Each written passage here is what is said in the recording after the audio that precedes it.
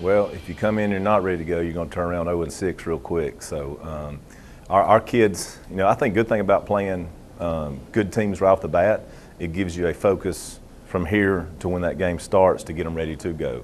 I heard Coach Saban talk about playing great teams first, and it gives you something to work for. And I think that's really playing McAdory off the bat. Our kids are getting ready for it. Their kids are getting ready for it, and so they better be ready, and coaches better be ready because it's here. So. I mean, that was the key turning point, really. Mm-hmm. That was a big game for you guys last year that really kick-started into the second half of the season. I mean, it's not going to be kicking you into the second half of the season, but can really certainly start out something that really gets you on a roll. Mm-hmm.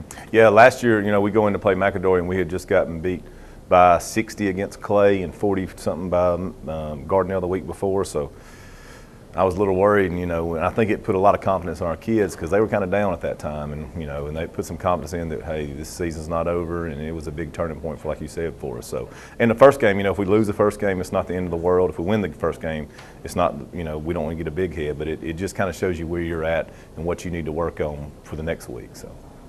Your quarterback, Jackie Matthews, came to starter as a freshman, I think 6 games in or 5 games in. Starter all last year. You made the joke in there about you shake your head because we don't want it to be obvious how great it's coming. But you see progress? Yeah. He's Jackie's got all the potential in the world. It's just he's got to fulfill that potential. So like I said, he's understanding what to do, where to go with the ball. We just need him to fix little things, and the sky's the limit. Because I know everybody we play, every coach we talk about, they always talk about you got a good little lefty quarterback, and so I'd a lot rather have him than be playing against him. I can promise you that. So.